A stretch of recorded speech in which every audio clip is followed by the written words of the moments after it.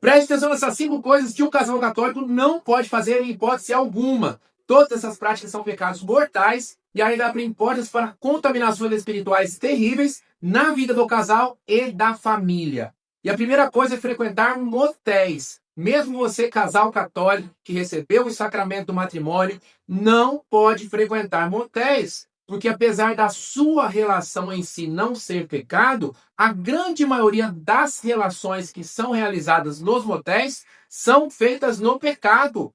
Fornicação, adultério, práticas homossexuais, uso de drogas, abusos dos mais diversos, etc, etc. E tudo isso, esses pecados realizados de forma contínua, de forma repetida, vai contaminando espiritualmente aquele lugar.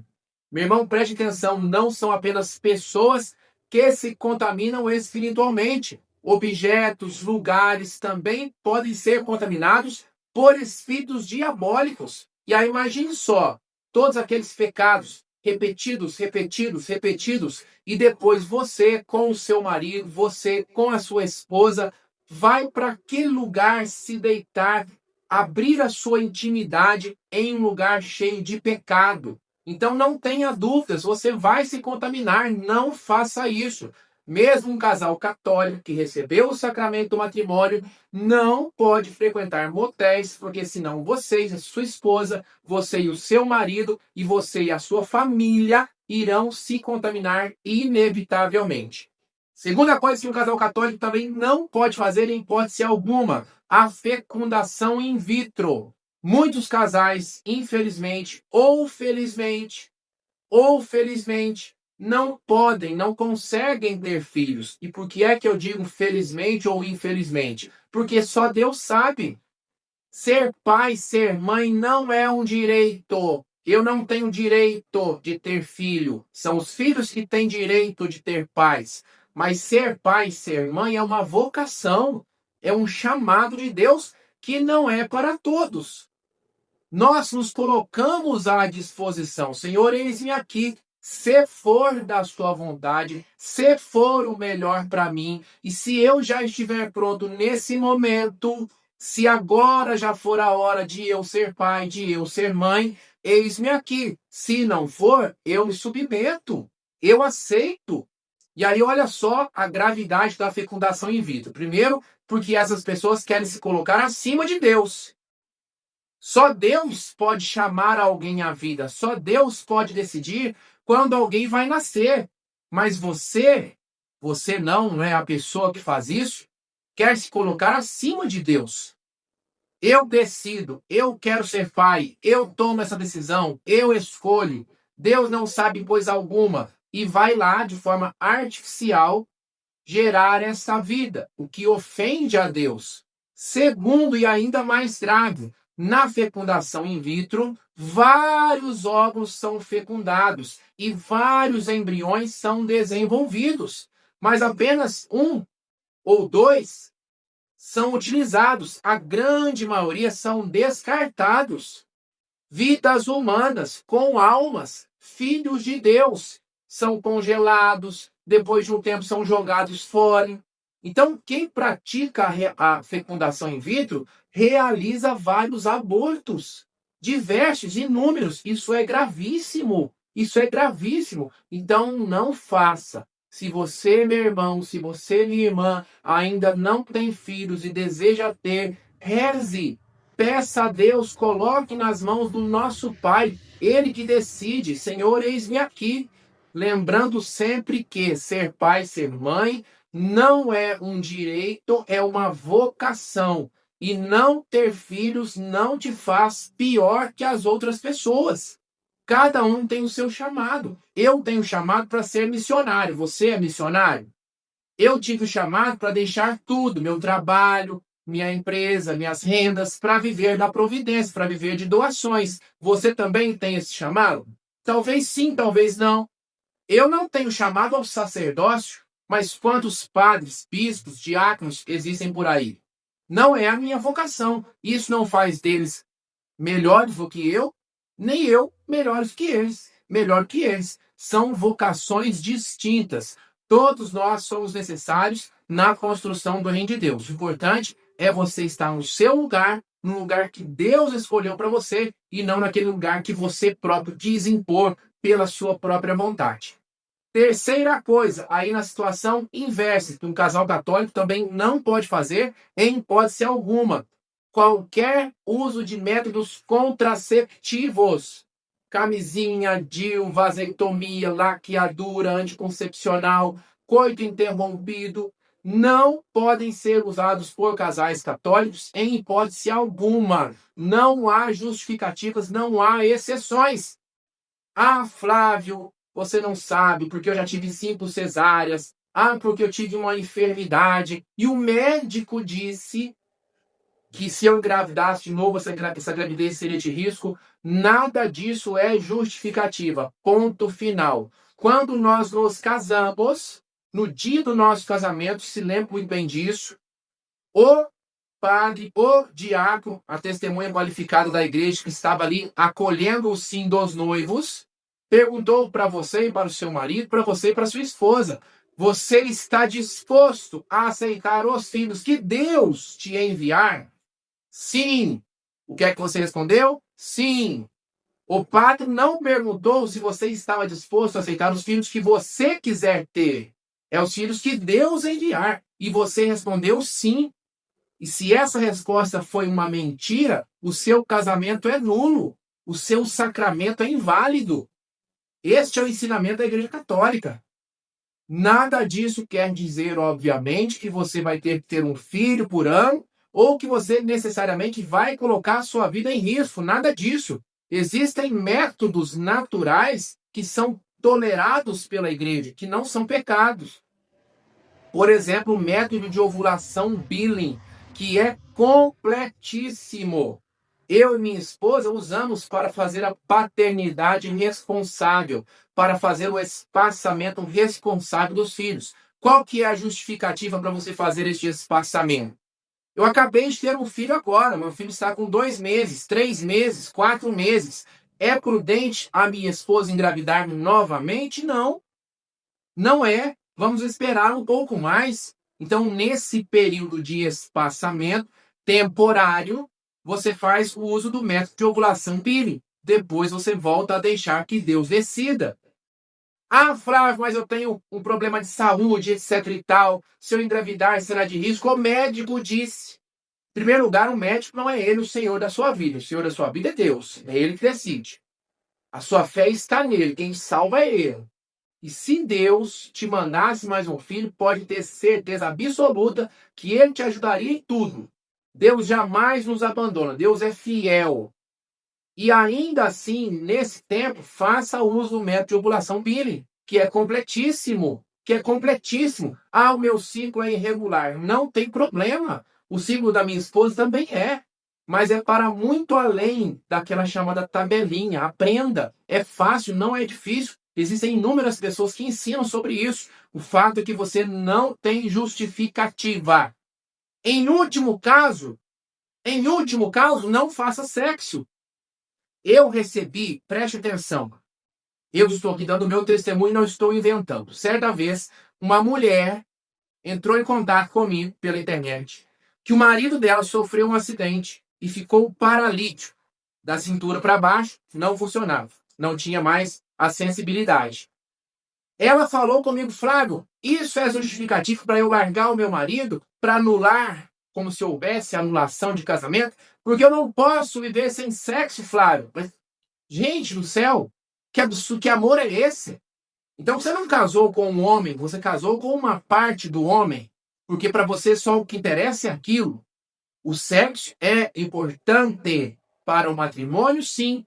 Mas não é o sexo que faz o matrimônio, nem muito menos o sexo que é o mais importante, que é o centro do matrimônio, jamais. É importante sim, mas se você ficar sem sexo, você não vai morrer e o seu casamento não vai acabar. Se você ama de fato a outra pessoa, está disposto, pela graça de Deus, a seguir em frente, até mesmo a abstinência você consegue viver, desde que você tenha um propósito reto. Casamento é para isso, é para nos levar para o céu, é para nos aproximar de Deus e não para satisfazer os nossos prazeres. Então não há justificativa. Se o padre, se o bispo fala o contrário para você, ele está indo contrário à Igreja Católica, à vontade de Deus. Não caia nessa, não seja enganado.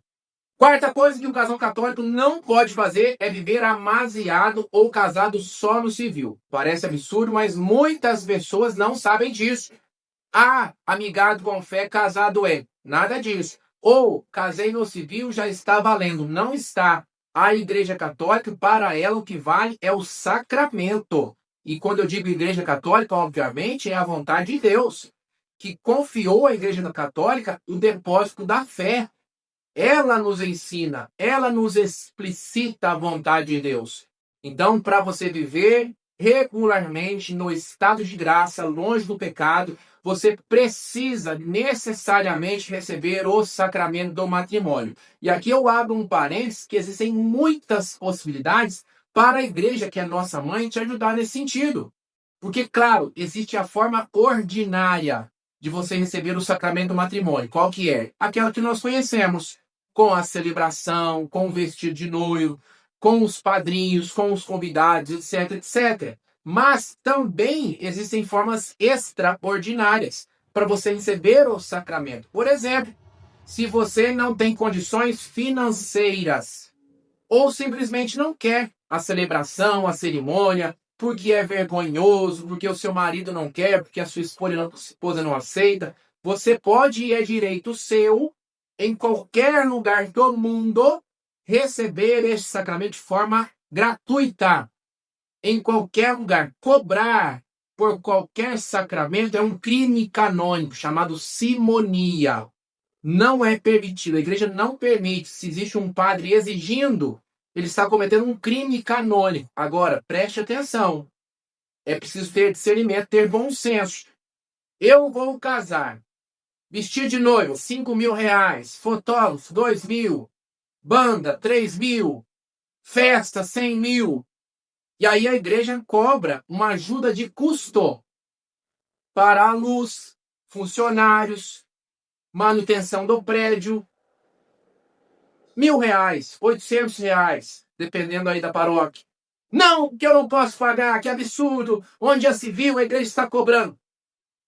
Aí falta bom senso da parte dessas pessoas, não é? Mas se eu não quero nada disso, você pode, é direito seu, ir até o padre. Não converse com secretária, com o sacristão, com o ministro extraordinário. Você vai conversar diretamente com o padre e ele vai resolver para você. Eu e o meu companheiro, eu e a minha companheira, que não somos casados ainda, não temos o sacramento do matrimônio, queremos receber o sacramento. Como é que a gente faz? Ele vai fazer a qualificação dos noivos, vai juntar os documentos e vai marcar com você. Ah, sexta-feira, 4 horas. Ah, segunda-feira, meio-dia. Você chama ali 2, 3, 5, 10 testemunhas, seu pai, sua mãe, seu irmão. Vai lá na sacristia, no escritório paroquial, na igreja, com as portas fechadas, e recebe o sacramento. O padre, ele coleta um sim, ele recebe o sim dos noivos, e vocês recebem o mesmo sacramento e saem do pecado, de forma gratuita. E por fim, se o seu companheiro, se a sua companheira, não, eu não vou à igreja mesmo, não quero saber, talvez ele não tenha ainda a fé desenvolvida, tão desenvolvida, a consciência tão desenvolvida como você, existe uma ferramenta da igreja chamada sanação radical. Sanação radical ou sanação na raiz. Se você não conhece, procure conhecer. Eu tenho, inclusive, aqui no YouTube outro vídeo sobre isso, onde você vai até o padre. Padre, eu sou casado no civil. Ou seja, você já tem uma forma pública de consentimento. Porque no casamento civil, o seu companheiro assinou lá, inclusive. Você quer casar? Quero. Tá aqui, ó. A igreja aproveita aquele sim, aproveita aquela forma pública de consentimento e o bispo emite um decreto e eleva a sua união à condição de sacramento. É o mesmo sacramento. Só que em vez de casar na cerimônia, na celebração, você casa por decreto. Mas é o mesmo sacramento sai do pecado, sai dessa situação de morte, mesmo que o seu companheiro não compareça, porque ele já compareceu no cartório lá no passado para dar o sim. Então a igreja aproveita aquele sim, aquela forma pública de consentimento, para elevar a sua união à condição de sacramento, sanação radical ou sanação na raiz. O que você não pode é deixar para lá. O que você não pode é tratar com indiferença, porque viver no pecado mortal não é qualquer coisa. O pecado é mortal porque ele mata. E você precisa sair com urgência dessa situação. E a quinta coisa que muitos casais católicos, infelizmente, vivem, mas que também é pecado mortal, é a chamada segunda união, ou seja, adultério. Não existe qualquer poder sobre a terra que possa dissolver um matrimônio, a não ser a morte. A não ser a morte, é até que a morte o separe. Ah, mas você não sabe, meu marido me batia, quer dizer então que agora eu sou obrigada a viver com ele? Nada disso. Nada disso, inclusive, está no Código de Direito Canônico. Está no Código de Direito Canônico da Igreja Católica. Que se você vive uma situação dessa, depois de esgotadas todas as tentativas, é direito seu, inclusive, se separar fisicamente do seu cônjuge. Mas isso não te dá direito de ter uma outra união. Por isso que casar é muito sério. Por isso que você tem que pensar muito antes de se casar. Você está confiando a sua vida nas mãos da outra pessoa. Não tem volta. Você tem que confiar muito na outra pessoa. Por isso que você tem que pensar muito, pedir muito a Deus que te mostre. As pessoas estão casando de qualquer jeito, as não der certo, a gente separa. Não é assim. Então, entenda a sua dor. Se o seu casamento não deu certo, infelizmente, você é livre para se separar de corpos, de habitar em casas diferentes, mas não é livre para ter um outro relacionamento. Você tem que viver a continência completa pelo resto da vida, ou até que a outra pessoa morra. Aí sim, você viúva, estará livre para ter um outro relacionamento, mas enquanto isso, não. E aqui também abro um parênteses para expandir a nossa catequese, que se por acaso você se encontra nessa situação, ou conhece outra pessoa que se encontra nessa situação, oriente, ensine que é possível sair do pecado hoje. Tanto para a pessoa que é casada só no civil, ou para a pessoa que é de segunda união, vive em adultério. Porque às vezes é uma situação complicada, até mesmo financeiramente, pela estrutura familiar. Porque vamos imaginar, lá no passado, a pessoa não tinha consciência. Separou, casou de novo, está no adultério, pecado mortal. E aí constitui outra família, tem filhos com essa outra pessoa. E agora se converteu, tomou consciência, o Espírito Santo iluminou. Como é que eu vou fazer? Eu não consigo, eu não posso abandonar os meus filhos. Às vezes eu não tenho condições, mesmo que eu não tenha filhos, mas eu não tenho condições de ter outra casa. Você pode sair do pecado hoje, vivendo a continência completa. Isso está no Catecismo da Igreja Católica. Mesmo morando junto, mesmo educando os filhos juntos. Isso vale tanto para quem é casado só no civil, quem é amaziado, ou para quem é de segunda união, vive em adultério. Se você tomar essa decisão, enquanto eu não regularizar a minha situação, eu não vou ter qualquer tipo de intimidade com essa pessoa, intimidade própria de marido e mulher. Não vou ter. Nós vamos viver a partir de agora, vamos viver como irmãos. Vamos viver como irmãos. Se você fizer isso, você pode, inclusive, se confessar e comungar. Porque você não estará mais em pecado, só depende de você tomar essa decisão hoje. E aí, a partir disso, pela graça de Deus, resolver a sua vida. Como eu disse, quem mora junto, procurar o sacramento do matrimônio, seja pela forma ordinária, pelas formas extraordinárias, recebendo o sacramento lá na sacristia, poucas pessoas de graça, ou com a sanação radical, esse decreto que o bispo emite e eleva a sua união à condição de sacramento. Na questão dos casais de segunda união, adultério, verificar se o seu primeiro suposto matrimônio não foi nulo, porque muitos matrimônios são nulos, são inválidos. Se você conseguir a declaração de nulidade matrimonial, que não é difícil também, depende de você, você está livre para receber o seu sacramento com essa pessoa. O que você não pode, meu irmão, o que você não pode, minha irmã, é tratar com indiferença. Pecado mortal é algo seríssimo. Nessas 5 coisas que eu citei para você, nas 5 explicações que eu te trouxe, de todas elas, isso não é brincadeira, isso é seríssimo. Tudo pode ser deixado para depois, menos a nossa salvação. Nós só temos uma chance. Não dá para chegar ao final da vida e falar: nossa, Senhor, que pena, eu errei dessa vez, deixa eu voltar a ser um bebezinho e viver tudo de novo, agora eu vou fazer do jeito certo. Isso não existe, isso é uma doutrina espírita, isso não existe, isso é mentira, isso não é verdade, não caia nessa. Nós só temos uma chance de ir para o céu. E tudo que nós precisarmos fazer, tudo que for necessário, nós temos que fazer. Não podemos ser condenados, em nome de Jesus. Deus é misericórdia, mas Deus é justiça. Ele nos avisa, Ele nos catequiza, Ele nos ensina para que nós não vivamos no pecado. O salário do pecado é a morte. Romanos capítulo 6. Quem avisa, amigo é. E agora me conte aqui nos comentários, por favor, nessas 5 explicações, você já conhecia todas elas, não conhecia? Qual te chamou mais atenção? O que é que você gostou de aprender?